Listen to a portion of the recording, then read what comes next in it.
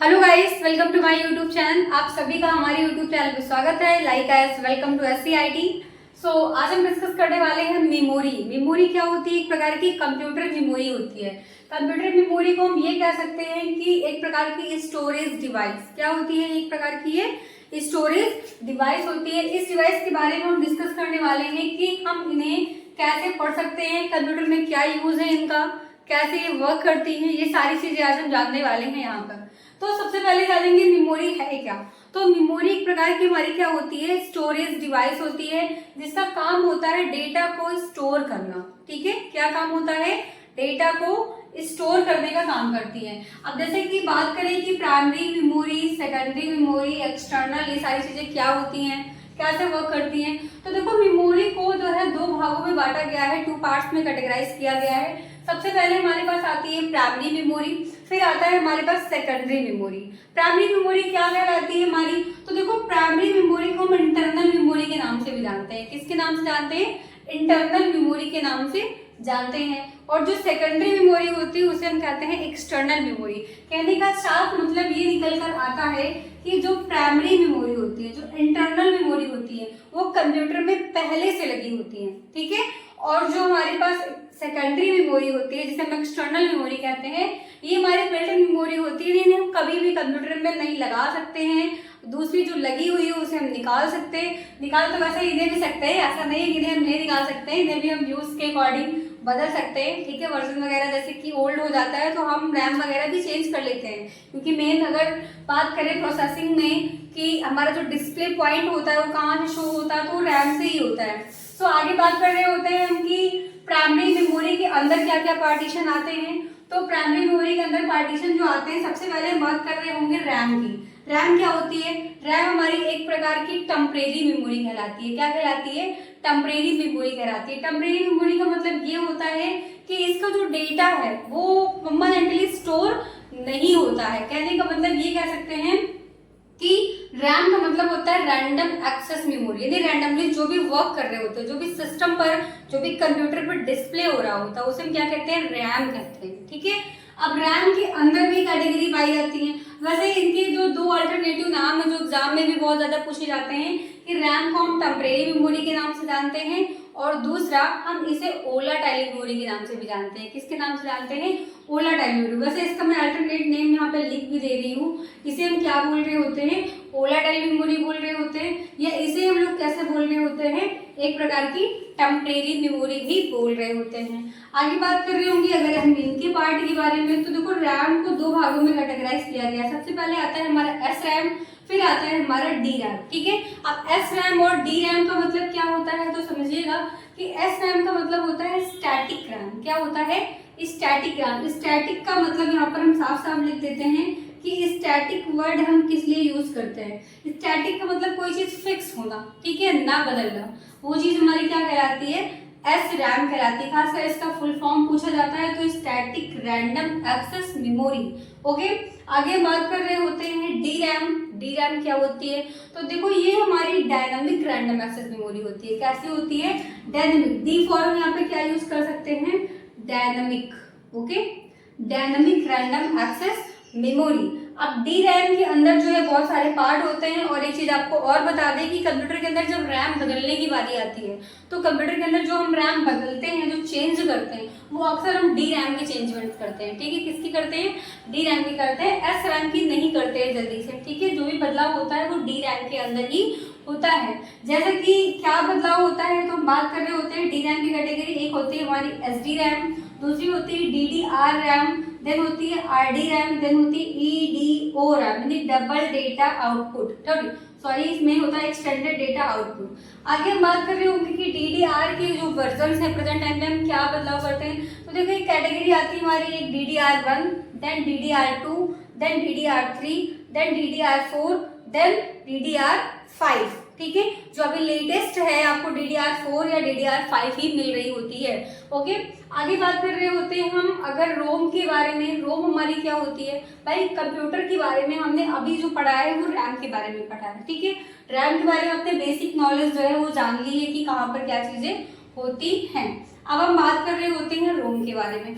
रोम का सबसे पहले फुल फॉर्म क्या होता है, किसके नाम से जानते हैं अगर हम इसको एक्सप्लेन कर रहे होते हैं तो इसका मतलब होता है रीड ओनली मेमोरी। क्या होता है, रीड ओनली मेमोरी। अब रीड ओनली मेमोरी का मतलब क्या होता है कि मेमोरी को सिर्फ रीड करना, ठीक है।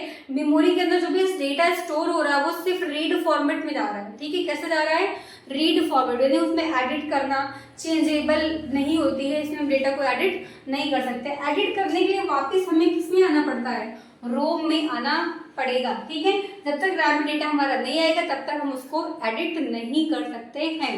आगे बात करते हैं कि रोम के अंदर भी पार्ट होते हैं। जी हाँ, बिल्कुल होते हैं। जैसे कि आपके सामने सीरीज बनी हुई है, सबसे पहले आता है हमारा एफ रोम।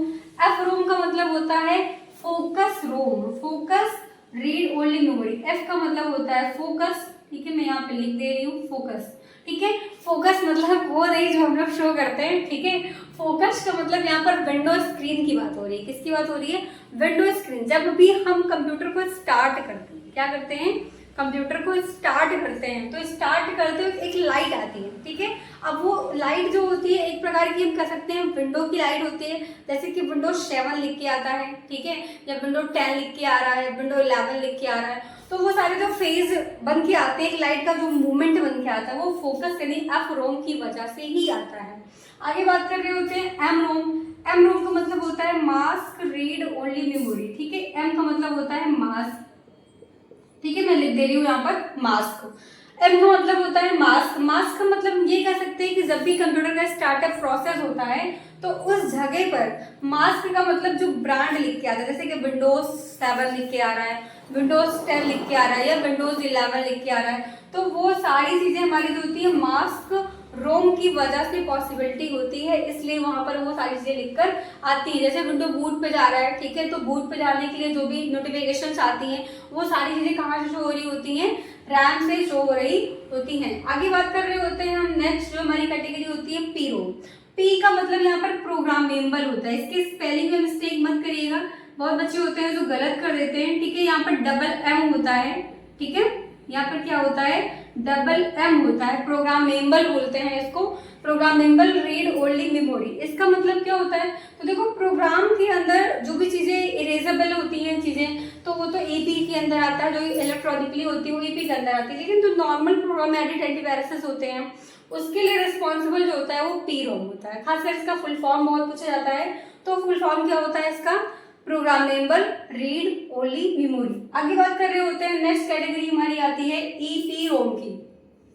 ईपी रोम का मतलब होता है आपका erasable programmable read only memory. अब यहाँ पर क्या होता है, यहाँ पर जितने भी हमारे पास कैश क्लोनिंग होते हैं या फिर कोई फायर वॉल इनेबल नहीं है, कोई थर्ड पार्टी जो वायरस है वो इंक्लूड होने की कोशिश हो रही है, तो उस जगह थोड़ा सा आपको प्रोटेक्टिव लेवल मिलता है, इसलिए हम इसको इरेजेबल प्रोग्रामेबल की बात जानते हैं कि जितने भी कैश होते हैं या फिर जितने भी हमारे वायरसेस होते हैं, कैश फाइल्स या इम्पोर्टी फाइल्स होती है, उनको इरेज करने का जो काम होता है वो कौन कर रहा होता है, आपका ईपी रोम कर रहा होता है, ठीक है।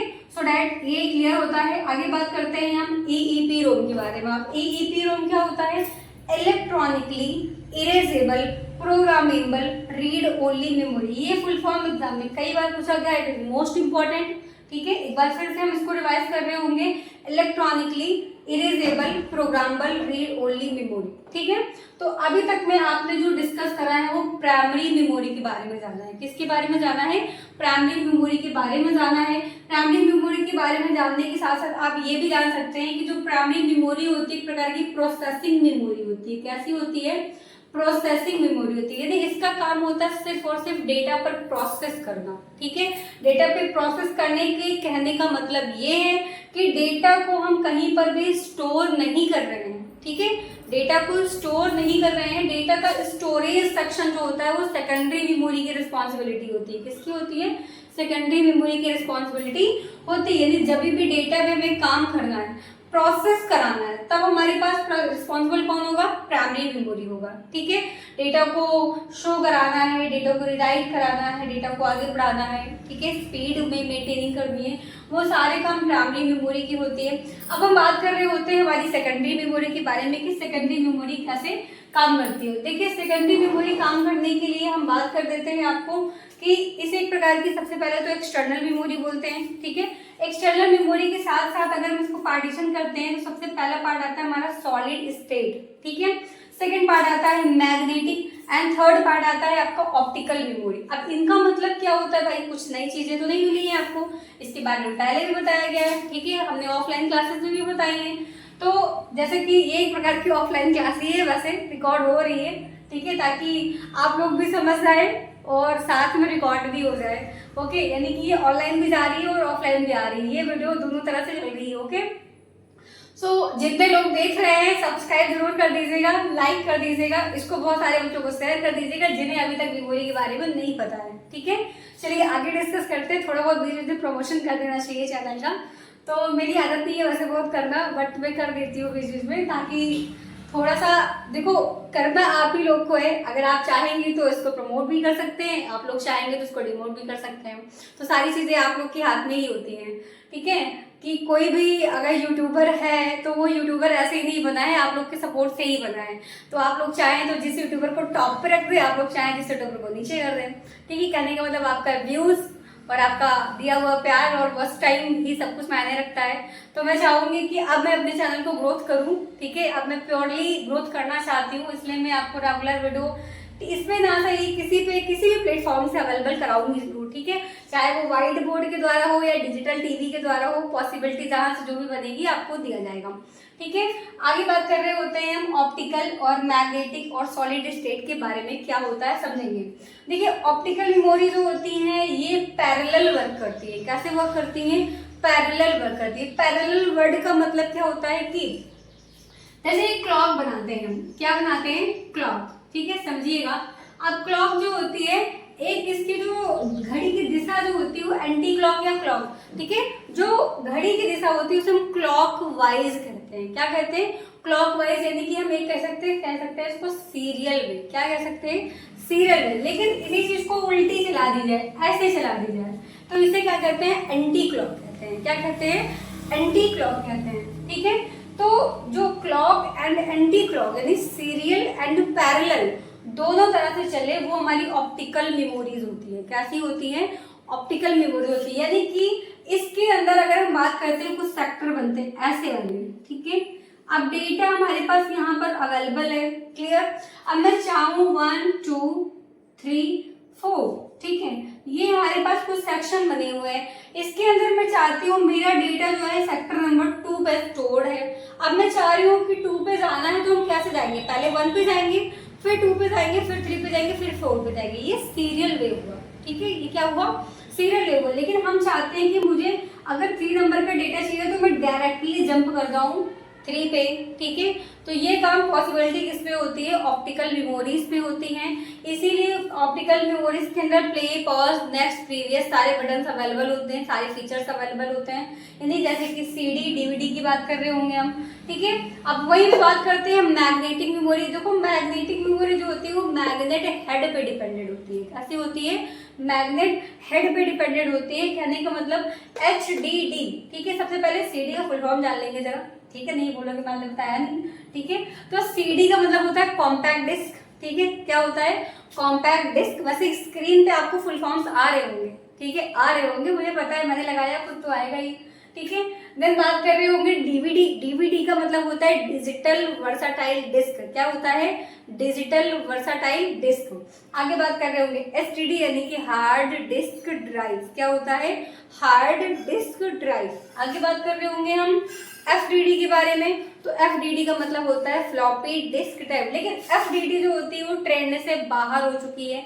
FDD का यूज खत्म हो चुका है क्योंकि इसका जो स्टोरेज कैपेसिटी है वो बहुत ही कम था, ठीक है। इस वजह से ये ट्रेंड से बाहर हो गई है। इसमें सिर्फ 1-2 फोटो स्टोर होती है आजकल की। तो एक अगर SD फोटो भी क्लिक कर दी जाए तो वो भी MBs में जाती है, ठीक है। तो कहाँ से FDD हमारे ट्रेंड में चल पाएगी? इसलिए FDD का जो ट्रेंड है वो खत्म हो चुका है। प्रेजेंट टाइम में जो हाईली जो आपका ट्रेड चल रहा है वो एसएसडी का चल रहा है, जो कि सॉलिड स्टेट की कैटेगरी में जाती है। किसके अंदर जाती है? सॉलिड स्टेट की कैटेगरी में जाती है। अब सॉलिड स्टेट के अंदर एसएसडी हो गया, यूएसबी हो गया, मेमोरीज हो गए, स्टाइक्स हो गए, ब्लूरे डिस्क हो गया, रैड हो गया, और जितने भी हायर स्टोरेज आ रहे हैं वो सारे हमारे कैसे आ रहे हैं? सॉलिड स्टेट बेस्ड आ रहे हैं। ठीक है, तो ये होती है हमारी प्रॉपर रूल ऑफ मेमोरी, जिसके बारे में आपने जाना। कहीं पे भी किसी भी टॉपिक पे या किसी भी हेडिंग पे या किसी भी वर्ड पे आपको थोड़ा सा भी डाउट है तो आप कमेंट बॉक्स पे कमेंट कर लीजिए। हम आपको प्रॉपर या तो उस पर वीडियो बना के दे देंगे या फिर आपको कमेंट में ही रिप्लाई कर देंगे अगर अंडरस्टैंडिंग चीजें होगी तो। ठीक है, सो अभी के लिए इतना ही, मिलते हैं नेक्स्ट वीडियो में। Okay, bye bye, take care, all the best.